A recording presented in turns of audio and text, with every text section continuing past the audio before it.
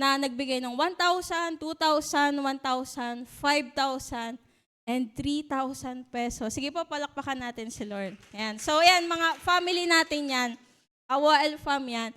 And lastly po, alam niyo po ba, na umabot po yung financial support natin na galing abroad. And meron po nagbigay sa akin ng dollar, na-convert po siya sa 5,028.50. And salamat po sa Lord sa mga buhay ng tao na yan. And alam niyo po, meron na po tayong pambili ng chairs, may magagamit na po tayo. And rest assured po na lahat po ng expenses, i-report ko din po yan sa aking pagbabalik. Joke lang. So, i-report ko po yan next week.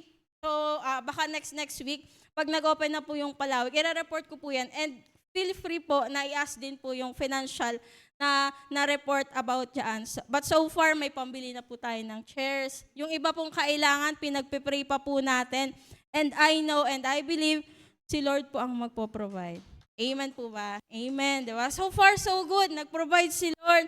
And still po, ako po mismo ini-encourage ko kayo na kung gusto niyo pong magbigay, any amount will do po. After all, si Lord po ang magbabalik nito. Amen po ba? So, on behalf of WOL Palawig, lubos po kami nagpapasalamat sa lahat ng nagbigay, sumuporta at magbibigay pa.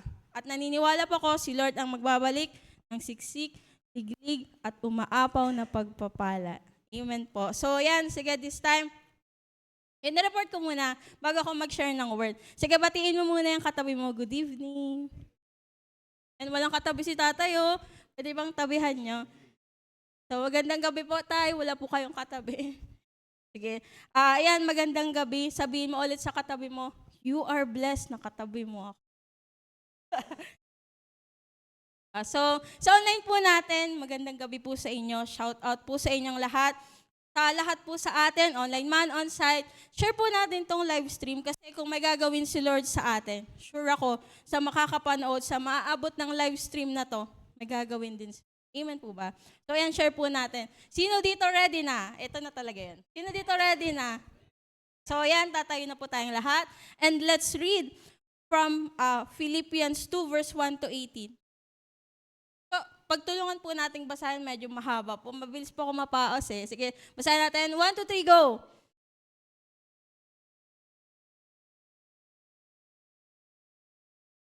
Fellowship with the Spirit of kindness, passion, one another. Urge you then to make me complete happy by having the same thoughts, sharing the same love, and being one in soul and mind. Don't do anything from selfish ambition or from cheap desire to boast, but be humble toward one another, always considering others better than yourself. And look out for one another's interest, not just for your own. The attitude you should have is the one that Christ Jesus had. He had always had the nature of God, but he did not think that by force he should try to. Instead of this, of his own free will, he gave up all he had and took the nature of a servant. He became like a human being and appeared in likeness. He was humble and walked the path of obedience all the way to death, his death on the cross. For this reason, God raised him to the highest place above and gave him the name that is greater than any other name. And so, in honor of the name of Jesus, all beings in heaven, on earth, in the world below, will fall on their knees, and all will openly proclaim, Jesus Christ is Lord, the glory of God the Father. So then, dear friends, as you always obeyed me when I was with you, it's even more important that you obey me now. I am away from you. Keep on working with fear and trembling to complete your salvation, because God is always at work in you, make you willing and able to obey His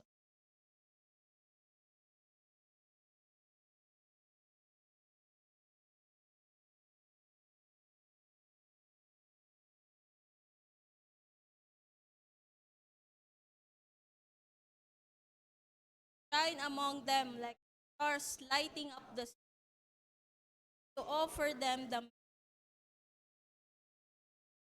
I shall have the proud of you on the day of Christ, because it so that all my effort and work halves my life's blood like an offering at your that is I'm glad and share my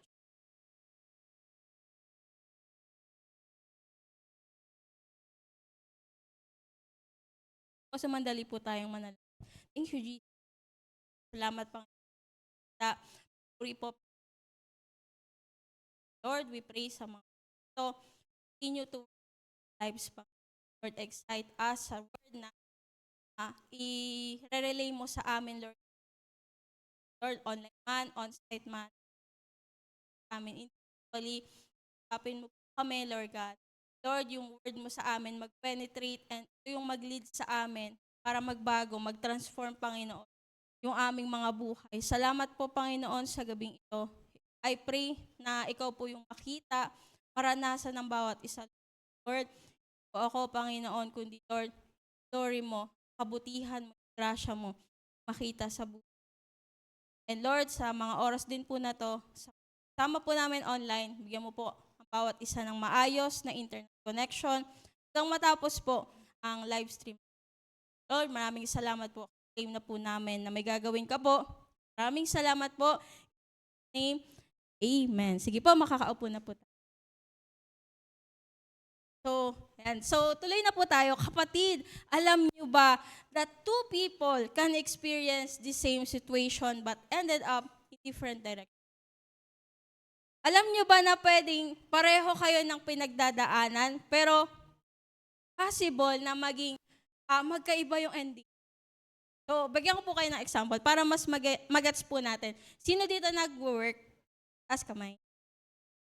Amen. Diba? Sa mga nag-work po natin, halimbawa po, may dalawang employee, same company, same boss, same responsibilities. Pero after a few years, yung isa naging successful, na-promote habang yung isa napag-iwanan. Andun pa rin siya sa dulo. Bakit? Because of their attitude.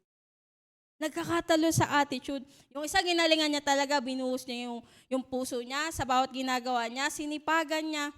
Habang yung isa, pumapasok lang para sa sahod. O ba kayong kilalang ganyan? Pasok lang para sa sahod, pumapasok lang para sa bills. Papasok ako ngayon, pambayad ko kasi ito parcel. Para may pangkape ako, may pangsamdi ako. So, tamaan, galit. Diba? Tamaan,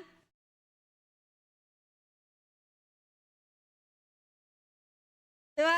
Ganun eh, parang ang thinking niya, sinasabi niya na, giging tagapagmana. Ito na nga lang galingan. Okay na to, at least, mapasok. Sino naman dito nag-aaral? Meron po ba? Taas kamay. Yan, di ba sa mga nag-aaral, kilala natin to eh. Famous to eh. Si Nancy at saka si Linda Walker. Ay, kilala din nila, di ba? Si Nancy at si Linda Walker na nakakuha ng 719 points. Bakit? Nag-aaral siya mabuti. Tama ba? Sino dito nakapanood na? May part 2 na po yun. Share ko po yung link sa inyo.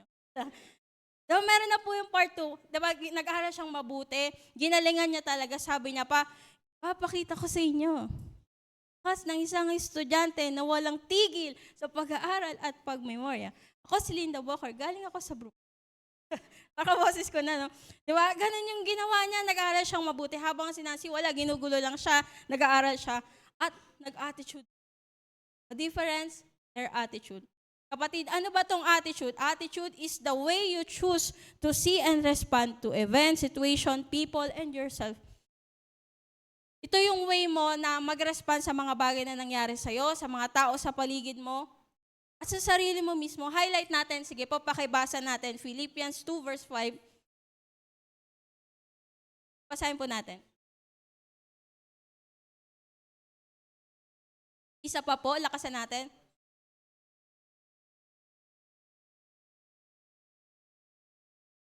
Diba? Sabi ni Paul, dapat ang attitude natin, ang mindset natin bilang Christian ay katulad Christ. Pwede kasing tumagal ka na kilala si Jesus. Pwede kasing matagal ka na sa church. Pero wala pa rin nagbago sa atin.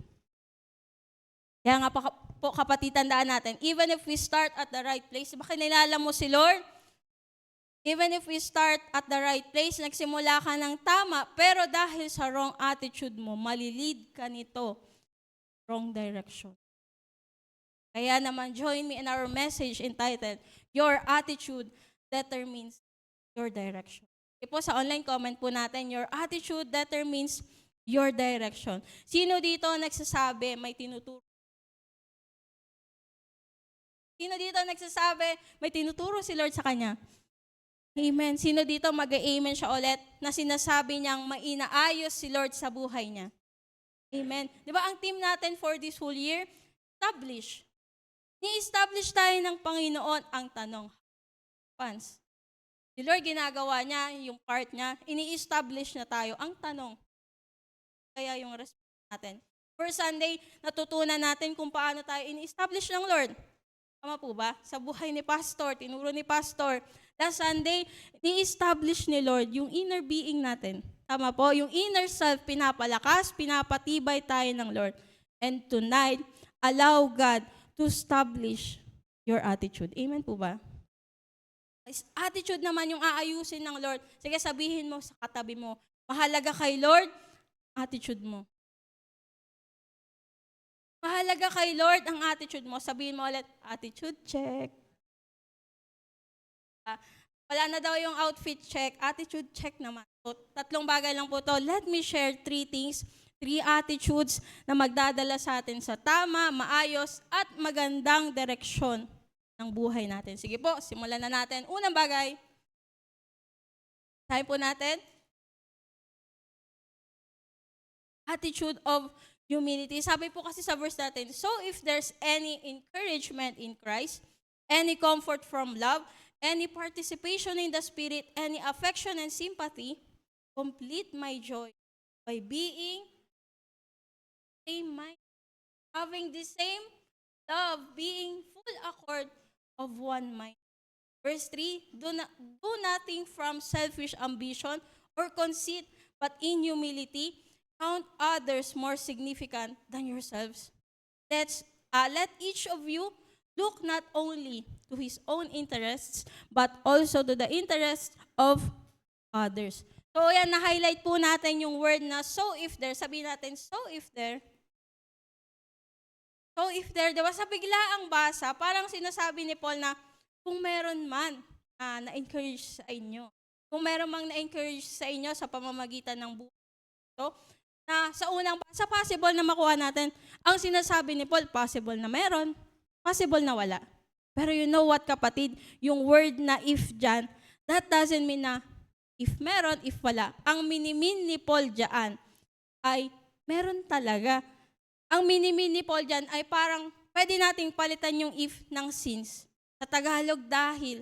Dahil may encouragement from Christ, dahil may comfort, dahil may participation, dahil may fellowship, dahil may affection, sympathy, and compassion, dapat nakikita yun sa ugali nyo. Na sinasabi niya, since naranasan nyo lahat ng yan, dapat nakikita yan sa pamumuhay nyo. Sabi niya pa, have the same love. Sabi niya dyan, have the same mind. Na sinasabi sa atin, kailangan, sabihin natin unity. Okay, kung babalikan natin, yung Philippians 1, okay lang po ba na 2 chapter yung aralin natin?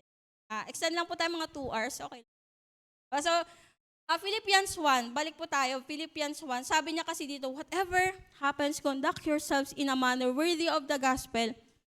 Na sinasabi ni Paul, marinig ko man kayo, makita ko man kayo, dapat nag-stand firm kayo sa spirit, dapat nag-strive together kayo, dapat nagtutulungan kayo, dapat nag-share kayo ng the same sufferings.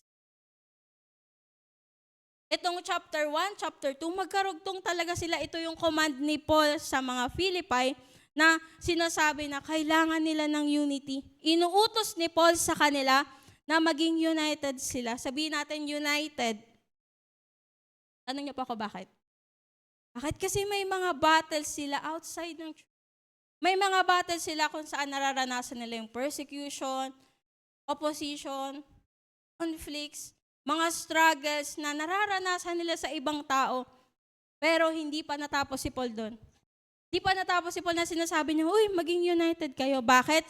Alam ni Paul that unity is impossible without humility. Sabi niya in verse 3, do nothing from selfish ambition or conceit.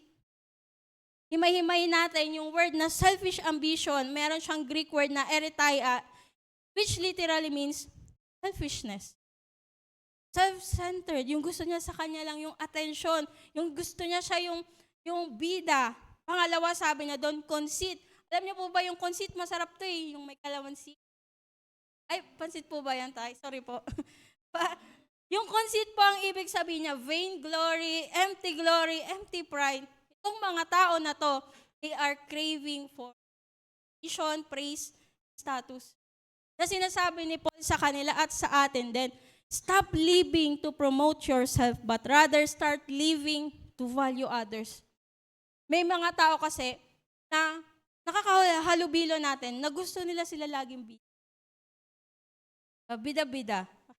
Gusto nila sila lagi yung napapansin, gusto nila sila lagi yung na-recognize, and culturally speaking, sila to. Yung Pilipay to, nung hindi pa nila kalala si Lord. Bakit? Nung time na hindi pa nila kalala si Lord, marami sa kanila soldier. Marami sa kanila nag-retire na soldier. Mga veteran sila sa time natin ngayon. Kaya naman itong mga taga-Pilipay na to, sanay silang makareceive ng praises, ng recognition ng tao. Pag nagtagumpay sila, parang sa atin, di ba, may mga banda, ganyan. Pag nagtagumpay sila, meron talagang handaan. Kaya nga, sinasabi ni Paul na, uy, kailangan nyo to. Kailangan nyo ng attitude of humility. Kailangan nyo na magkaroon ng humility. Kapatid, sinasabi ni Lord sa atin, hindi din tayo ligtas dito. Hindi lang to para sa mga taga-Pilipay, para din sa atin. Bakit? Kung sila, culture nila na gusto nila ng recognition, ng praises, tayo din. We are living in a world na tinuturuan tayo na maging selfish, na tinuturuan tayong maging prideful. Diba? Pero ang sarap talaga sa feeling uy, ang galing mo talaga, kaya sa'yo ako Parang ang sarap sa feeling, nakaka-flatter. Kaya nga pinag-iingat tayo, dapat meron tayong attitude of humility. Sabihin mo sa katabi mo, humble lang tayo. Dapat humble lang tayo. Ako din, sinasabi ko din sa sarili. Kahit alam ko na, humble lang tayo. So, kwento ko lang po, there was a time, pandemic po niya. Siyempre,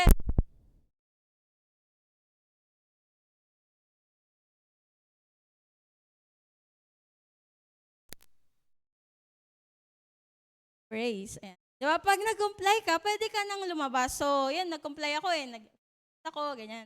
So, yung kapatid ko po nag-work pa siya nun sa Botolan. And nakatira po kami sa Bangan Talinga. At nung time na yun, ihatid ko siya. Namamasada po kasi ako nun. Sa tricycle ako. So, sinakay ko siya, hinatid ko siya sa sakayan ng jeep papunta ng Botolan. At ang nangyari po nun, isa lang niya po sa loob, tapos ako dun nagda-drive, ganyan. Nung malapit na po kami dun sa jeepney station, akala nyo, bus station na meron. Nung malapit na po kami dun sa jeepney station, sumigaw yung enforcer, sabi niya, hoy, face mask mo! Sabi niya, ganun. Pero ako that time, hindi ako yun, kasi naka-face mask ako, tapos ako yung driver. Tapos, ang nangyari, pagbaba ng kapatid ko, tinanong ko siya, face mask ka ba? Kasi pagbaba niya po, nakita ko naman, naka-face mask siya. Oo, sabi niya, ginawa ko po. Alam niyo po ang ginawa ko, binalikan ko yung enforcer. Paghatid ko sa kanya, hinatid ko muna siya, binalikan ko talaga. Tapos sabi ko sa kanya, bakit niyo naman sinigawan yung kapatid ko ng ganun? Wait ako, kala niya lang, hindi kami close. Pero hindi niya alam, may inaway na ako dahil sa kanya. So sabi ko, bakit niyo naman sinigawan yung kapatid ko ng ganun? Hindi niyo ba alam, teacher yun? Kala mo talaga. Hindi niyo ba alam, professional yun, ginaganon niyo lang. So to make the long story short, nakipagtalo po ako sa enforcer. Walata, no? Pero ano po talaga, war free. Nakapagtalo po ako sa enforcer, ang ending, napan ako ng license. Which is hindi ko dala that time. Kaya sabi niya, wala tayong magagawa dyan. Sige, kung ganyan na, impound na natin yung tricycle mo. Isa ka yung tricycle. Natitikitan daw nila ako, so todo explain ako. Kasi nung time na yun, proud ako, yung feeling ko ako yung tama. Naka-face mask yung kapatid ko eh. Tapos ini-imply nung enforcer na tinanggal niya face mask. So, ang nangyari pasensya na po kayo. Binabahan ko na yung boss, pasensya na po kayo. Alam ko po, mahirap po yung trabaho nyo. Sakripisyo po kayo para sa bayan, yung safety nyo. Yun po ang nangyari. So, kapatid, ano yung gusto ko makuha natin? That's the problem. Kapag may attitude ka lang, pero hindi attitude.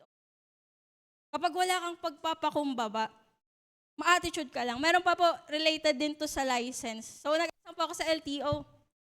Shout out. Ito po kayo matawag So, may tanong po kasi doon. Online po yan tapos pipili ka lang ng answer. May tanong po doon, ano ang gagawin mo pag may nakasalubong ka na naka-high beam? Okay, may choices yun.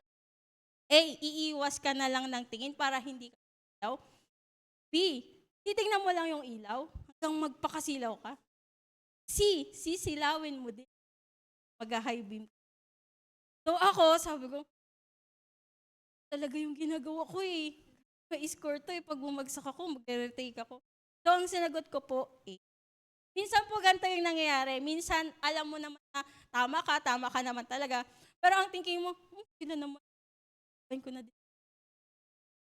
Minsan ganun tayo, Kap. Kaya nga po, kahit na anong mangyari, kahit na minsan tama ka naman talaga, minsan dun ka pa nagkakamali. Bakit? Humility. Ano po yung gusto kong makuha natin dito?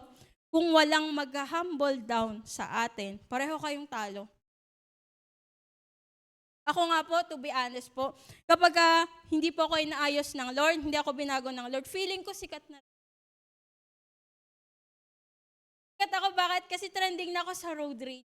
Nakikipag-away sa kalsada. Ngayon po kasi parang inaayos ako ng Lord, mga busina. Kaya hindi nagsisina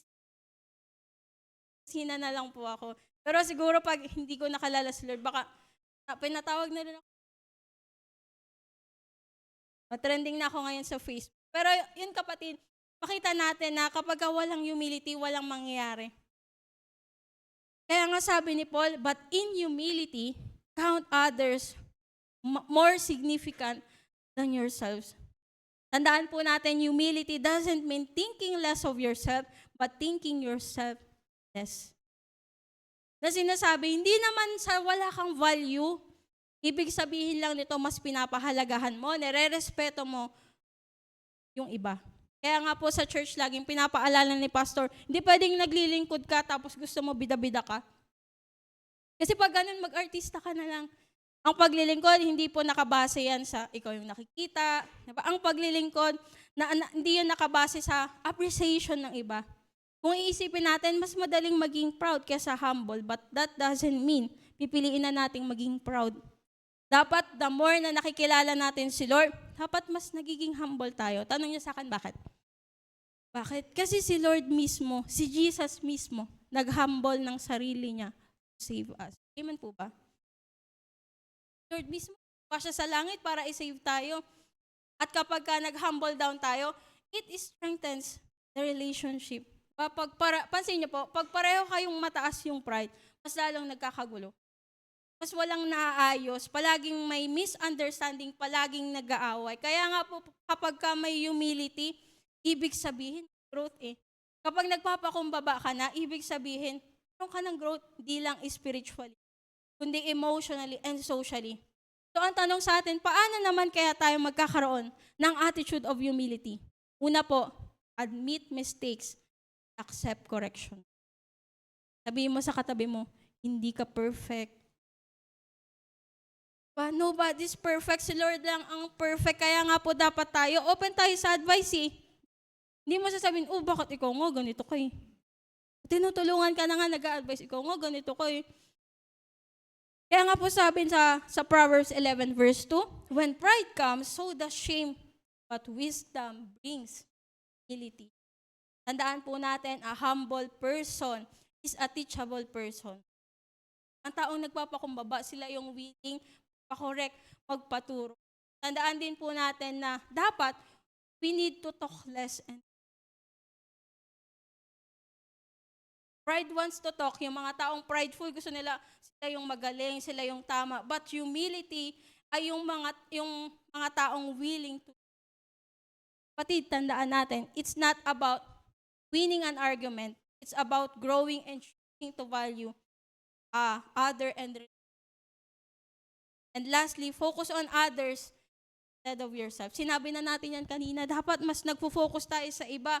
Kung kailangan nila ng encouragement, ibigay natin. Kung kailangan nila ng credit, kumbaga, natin yan. Be happy with success rather than, mga kapatid, the attitude of humility is stop leading ourselves. It means we value others and setting aside our ambition. Tandaan po natin, humility changes the way we see others and the way we see ourselves. So unang bagay po, the attitude of humility. Sige, sabihin natin, attitude. Sa pangalawang bagay po, kung meron tayong totoong humility, magkakaroon po tayo ng the real humility possesses, sabihin natin, attitude of service. Basahin ko po in verse 5, sabi niya yan, the attitude you should have is the one that Christ Jesus had. He always had the nature of God, but he did not think that by force he should try to remain equal with God. Instead of this, of his own free will, he gave up all he had and took the nature of a servant. He became like human being and appeared in human likeness. Kapatid, in verse 5, ito yung pinaka-highlight ng passage eh. In verse 5, Paul presents greatest example. Wala na pong iba, si Jesus. The attitude of Christ Jesus. Kaya nga po sabihin natin, dapat same attitude tayo with Jesus. Dapat same attitude tayo with Jesus. Makita natin, Jesus humbles himself. He is God, pero hindi niya pinanghawakan yung mga privileges ng pagiging Diyos, but rather, became a servant. Ganda po nito, pero bibitinin ko lang po kayo na konti. Kasi po ituturo po ito sa fundamentals class. So may form po tayo dyan mamaya sa likod. Fit lang po kayo. So yan, open po siya every Saturday. Tentative po Saturday, 3 p.m. So, mas maintindihan po natin to doon. Naka-line po to sa topic nila. So, yun, si Jesus, ay God, 100% man, 100% God. But on his own free will, kapatid, he gave up all he had and he became katulad natin. Hindi ibig sabihin na nandito siya sa lupa, ay hindi siya Diyos. 100% man, 100% God. Pero ginawa niya lahat ng yon to be a bondservant to all believes. Ma-imagine natin si Jesus powerful. Isang sabi niya lang sa hangin, sa bagyo. Isang command niya lang tumigil. He is a powerful God. The King of Kings and the Lord of Lords.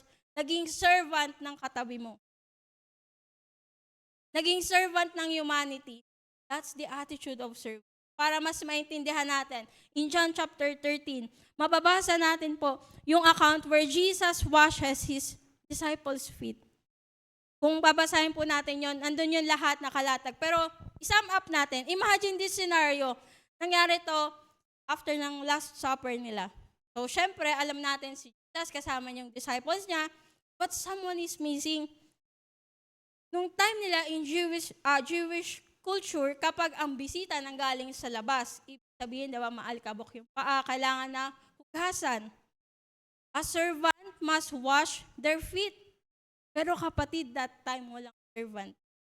Wala din sa disciples ni Lord ang nag-volunteer na, ako na lang maghuhugas ng paa nyo.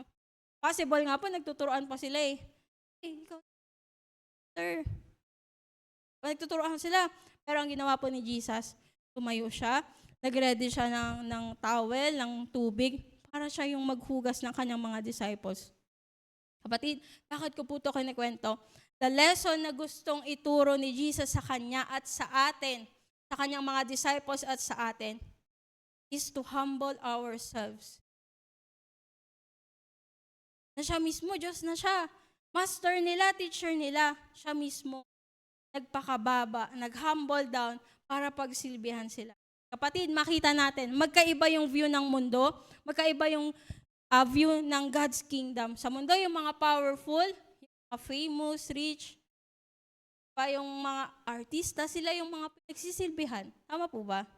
Yung mga mayayaman, di ba, may mga bodyguard, tagahawak ng bag, sila yung mga may tagabukas ng pinto, mga driver, sila yung mga pinaglilingkuran. But in the kingdom of God, highlight natin, the considered greatest people are the ones. Kung sino daw yung mga naglilingkod, sila yung mas mahalaga sa kingdom of God. Kung kanina, nalaman natin that humility changes the way you see others.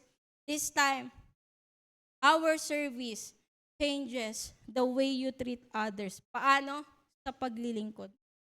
Na sinasabi ni Paul, hindi lang dapat natatapos yan sa pagiging believer mo. Hindi lang dapat natatapos yan sa pagtanggap mo kay Lord. Hindi lang siya sa pagsasabi mo na, Lord, follower mo ako. Pinapaniwalaan kita. Hindi lang siya about sa alam mo. It's about how you treat others.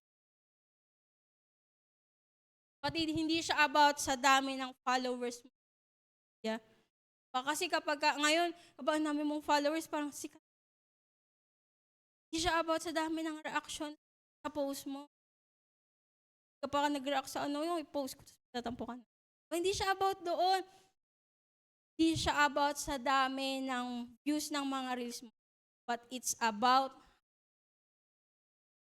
serve. Kaya nga po ang tanong sa atin, gano'n na ba karami yung pinaglingkuran mo sa pangalan ng Panginoon? Gano'n na ba sila karami? Gano'n na ba karami yung tao na pinag-serve mo dahil sa pangalan ng Panginoon? Or baka naman, ang gusto nating tanong,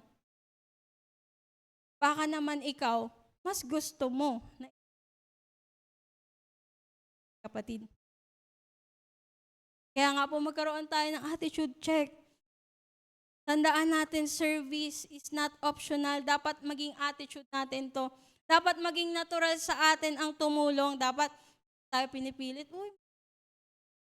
Dapat tayo mismo willing. Dapat tayo mismo willing din mag-sacrifice.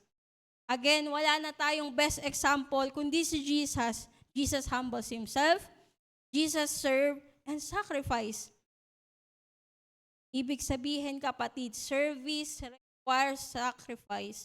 Yung time mo, yung effort mo, yung financial mo, yung comfort mo, yung energy mo, sacrifice mo lahat yan. Pero kapatid, pa yan sa service na ginawa ni Jesus. The King sacrificed His life, be our servant. Kaya nga sabi ni Paul, wala na tayong ibang dapat gayahin. Wala na tayong ibang dapat tularan, kundi yung attitude ni Jesus, yung Savior natin, the attitude of service. Ang tanong, paano? Sige, sabihin niyo, paano? Una, do it. Gawin natin ng may pagmamahal. Wala na rin po akong ibang maisip na example. Yung service ng sino po dito?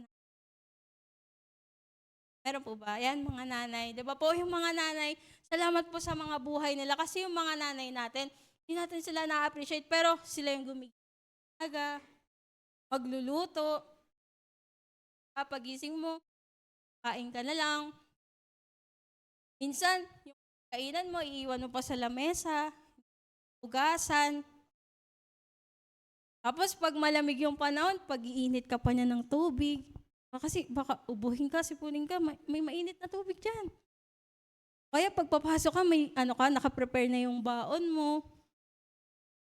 O kaya naman, paglalaba ka niyan, di ba? Paglalaba ka niyan, wala ka nang maisuot. Paglalaba ka niyan, tapos itutupi mo na nga lang, hindi mo gawa. Minsan, hindi natin sila na-appreciate. Kapatid, pansinin natin, pakita natin, yan yung service na hindi nila to ginagawa for applause. Na parang, ay, ang galing mo maging nanay. Idol kita. Hindi nila yung ginagawa. Ginagawa nila yon out of service nila. Dahil mahal nila tayo, hindi yun kayang bayaran ng pera, hindi yung kayang bayaran ng kahit ano. Ginagawa nila yon dahil sa pagmamahal nila.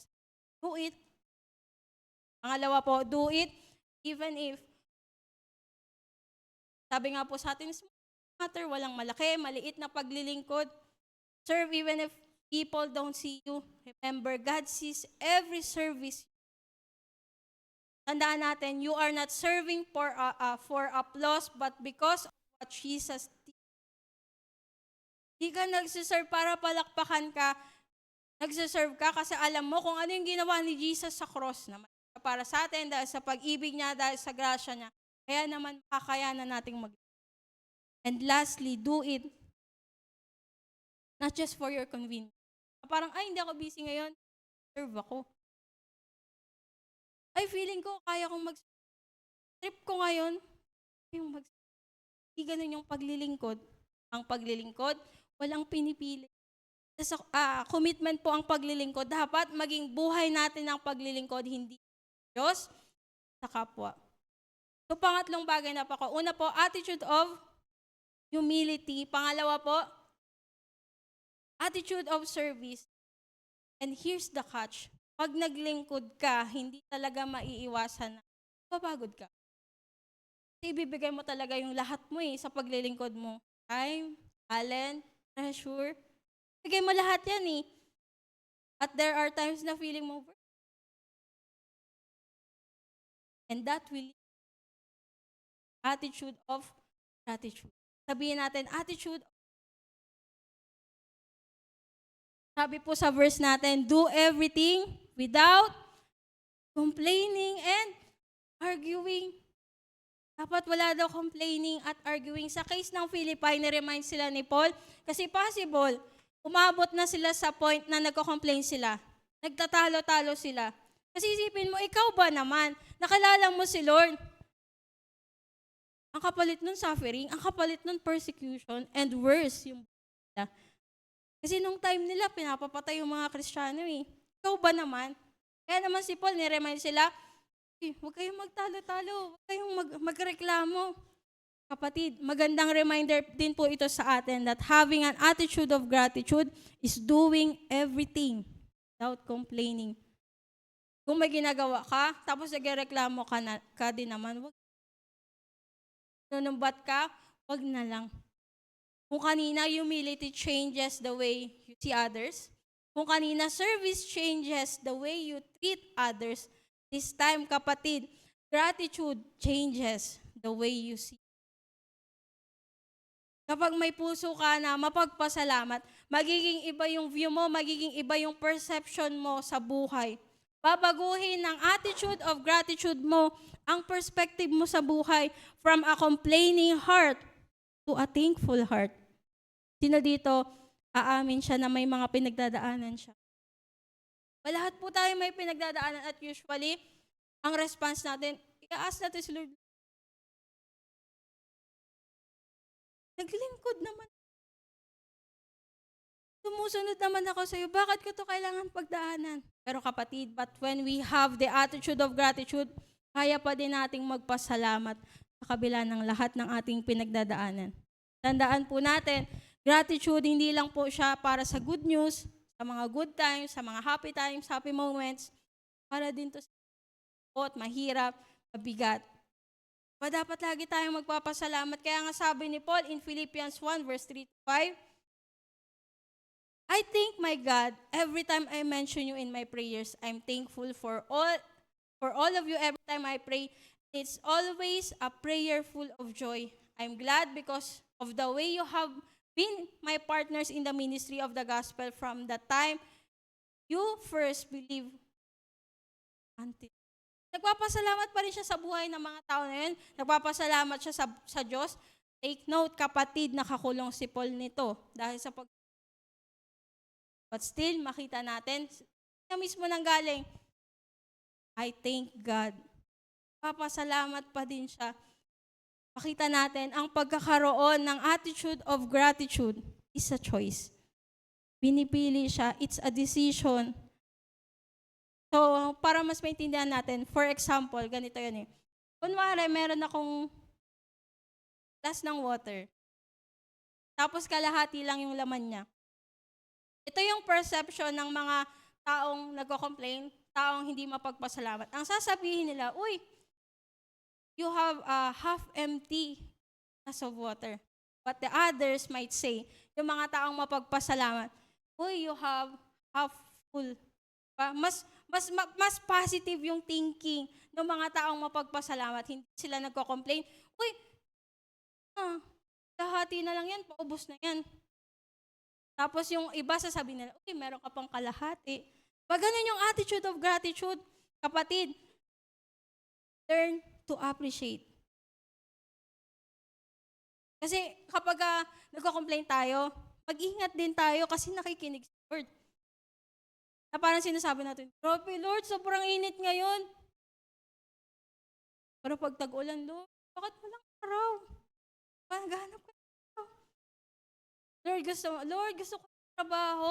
Pero nung nagka-work ka na, Lord, ang hirap ng trabaho. Nakikinig si Lord. Kaya nga mag-iingat tayo sa kaka-complain natin. Sa Bible, yung mga Israelites, hindi sila nakarating sa promised land. Bakit? Ka-complain nila. Ang tagal nila sa wilderness because of their complaints. Mag-ingat tayo. Kaya nga po sabi in 1 Thessalonians 5 verse 18, tayo natin, give thanks in all circumstances for this is God's will for you. Kung pinagdadaanan mo yan, mahirap yan, magpasalamat ka pa din. Kung binigay yan ni Lord sa'yo, God's will yan, at may matututunan tayo dyan. Kaya nga, give thanks in all, hindi some. Ang tanong sa atin, how to have an attitude of gratitude. Dapat palitan natin yung complaints natin to thanks. Dapat mas maging mapagpasalamat tayo kaysa irereklamo. Katabi mo, tulog na. Tingnan mo yung katabi mo. Dapat mas magpasalamat tayo. Sabi mo, pasalamat ka, katabi mo. Dapat mas maging mapagpasalamat tayo. Tandaan natin, gratitude turns what we have into enough. Kapag wala kang gratitude, Lord, kulang na naman to. Pero kapag meron kang attitude of gratitude, Lord, salamat po, enough for today. Salamat po sa araw na to. Tandaan po natin, dapat ang Lord, hindi na tayo pagkukulangin. Dapat po araw-araw, nisimulan natin yung araw natin na nagpapasalamat. Sabi nga nila, di ba? Every day is blessing. Every gising is blessing. Kaya naman dapat lagi tayong magsalamat sa Lord. Ako nga po personally, nagpapasalamat po ako sa Lord sa mga nanay po na nakasama ko sa online W group. Sa kanilang lahat po pala. Magtampo sila. Hindi na sila umaten. Sa lahat po sa kanila. Pero yung mga nanay po kasi yung simula na nahawakan ko. O yung dalawa lang po. Tatlo, dalawa, ganyan.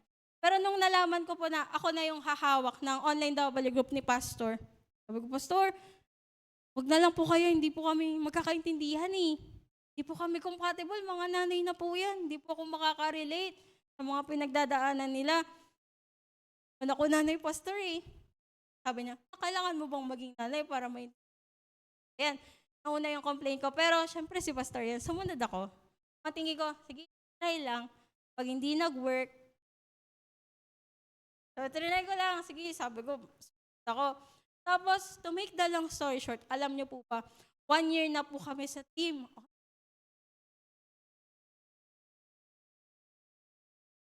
Nung sabi ko, hindi ko kaya yung pastor. Complain ako, pero kaya lang ng Lord. And so far po, salamat po ulit sa Lord.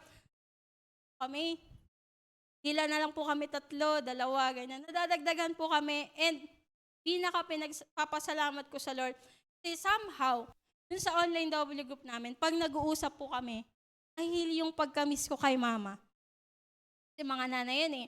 Natural lang silang magkwento sa nangyari sa kanila for the whole week, pero hindi nila alam, it helps me na step by step mag-heal sa pain na nararamdaman ko nung wala si mama. And lastly po, sa buhay po ng mga tao na yun, tinuruan po nila akong maging mapagpasalamat. Minsan po join kayo sa amin. Thursday, 8 p.m. So, join po kayo sa amin. Kasi po, pag nagkukumustahan po kami, ang bungad po nilang lahat. Salamat po sa Lord. Salamat po sa Lord sa linggong ito. Salamat po sa ginawa niya. Salamat po sa Lord sa faithfulness niya. Ganun po lagi yung bungad namin. Na Lord, may mga nagsasabi po, thank you Lord, kasi kahit may pinagdadaanan ako, kaya ko pa din, kaya ko pa din na magpatuloy. Bakit? Kasi may faith ako sa Kanya. Ganun po yung mga natutunan ko na makita natin, dapat maging attitude natin to. Maging mapagpasalamat sa lahat, sa araw-araw.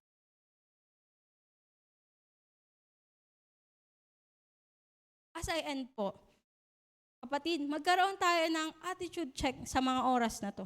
Kumusta yung attitude mo? Kumusta yung attitude of humility natin? Baka naman yung mayabang na tayo. Kumusta naman kaya yung attitude of service natin? Baka mas gusto na lang natin na tayo yung pinaglilingkuran. Kumusta yung attitude of gratitude natin? Baka more on complaints na tayo sa Lord. Ito lang. Hindi ko to deserve, Lord. I deserve more. Batid, this time, pasiyasat tayo ng puso natin sa Lord. Pasiyasat natin yung attitude natin. Always remember, our life is determined by our attitude. The right attitude will lead us to a right direction. Pati si Jesus, nag-set na siya ng example. Gagawin na lang natin, susundin natin, aayusin natin.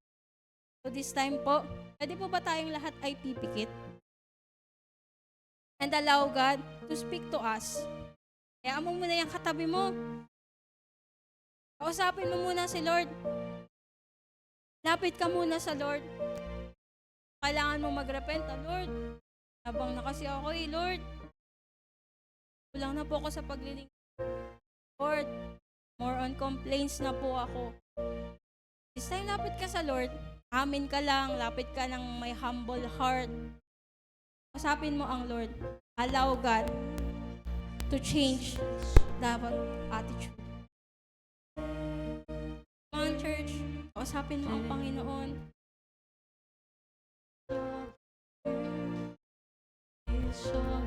Huwag mong hayaan na lumipas lang tong message niya na walang nangyayari. Kausapin mo siya ng totoo, ng puso sa puso.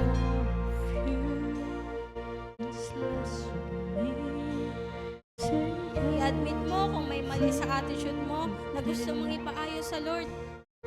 Siya lang yung makakatulong sa'yo. Hallelujah.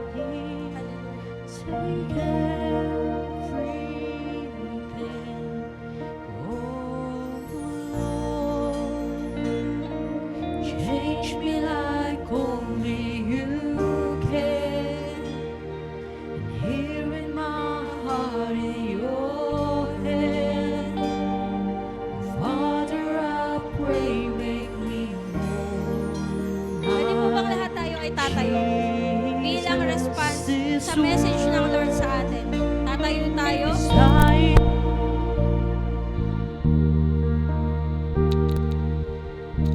Lord, let's worship our God. Awitin natin to sa Kanya na sinasabi natin na, Lord, make me more like Jesus. Lord, baguhin mo ako. Baguhin mo yung attitude ko. Turuan mo ako, Panginoon. Lapit tayo sa Lord. Huwag mong limitahan yung sarili mo. Huwag mong limitahan ang Panginoon. Oh, church, let's worship our God. Father, I pray, make me more like Jesus. This world is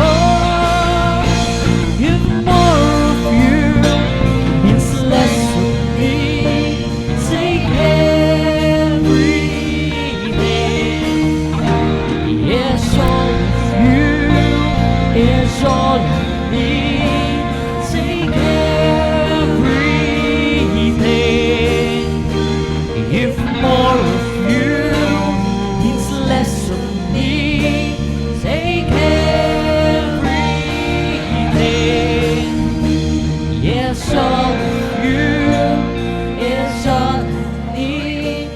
Take everything. Sige, sabihin natin ito sa Lord. If more of you means less of me, take everything. Yes, all of you is all I need. Take everything. For the last time, sabihin natin to Lord, kailangan po kita. More of you means less of me. Take everything. Yes, all of you is all I need. Take everything.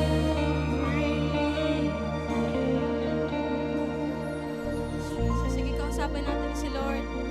Hallelujah, hallelujah. Come on, church, let's talk to God sa mga oras na to. Lord, we pray na Lord, kung ito yung magiging reason para maging mayabang kami. Lord, tanggalin mo to lahat, Panginoon. Ikaw yung mag-alis nito sa amin. Lord, ibalik mo kami sa humility. Kung paano ka po nag-humble ng sarili mo, Panginoon. Lord, teach us to remain humble like you, Panginoon. Lord, give us a heart na willing mag-serve, willing mag-sacrifice for others, Panginoon. Lord, turuan mo kami kung paano mo sila nakikita, kung paano mo sila minamahal, kung paano mo sila pinaglingkuran, Lord God. Lord, we pray na ituro mo po sa amin yun, makita din po namin, maramdaman namin yung pag-ibig mo sa kapwa namin, Lord God. Lord, this time, we ask, Panginoon, na fill our hearts with gratitude, Lord God. Lord, marahil isa kami na puro complaints na lang sa mga nangyayari, pero Lord, turuan mo kami na after all, sa lahat po ng pinagdadaanan namin, may purpose to, Lord God. Kaya Lord, turuan mo kami na magkaroon ng attitude of gratitude. Lord, ayusin mo yung attitude namin. Hindi kami perfect, Panginoon. Kaya naman, Lord, nagpapaayos po kami sa'yo. Transform our attitudes, Lord God. And Lord, direct our life sa path na gusto mo para sa amin, Lord God. Lord, salamat po, Panginoon, sa gabing ito. Salamat po sa ginawa mo. Salamat po sa mensahe mo. Salamat po sa buhay ng bawat isa. Salamat po, Panginoon, sa mga kasama namin online, Lord God. Lord, naniniwala po kami, may ginagawa ka po sa amin, Lord God. Lord, may inaayos ka po sa amin. Kaya naman, Lord, ayusin mo, patuloy mong ayusin yung attitude na meron kami, Lord God. Lord, ang attitude na dapat meron kami is ang attitude na katulad ng sayo, Lord God. Lord, maraming salamat po, Panginoon. Continue to bless us indeed. Continue to work, Panginoon, sa mga puso namin, sa mga buhay namin. Patuloy ka po naming makilala, patuloy ka po naming maranasan, O God. Lord, salamat po, Panginoon. Sa iyo po ang pinakamataas na papuri, pasasalamat at pagsamba sa pangalan ni Jesus, and everybody will say, Amen. Sige po, palakpakan natin ang Lord.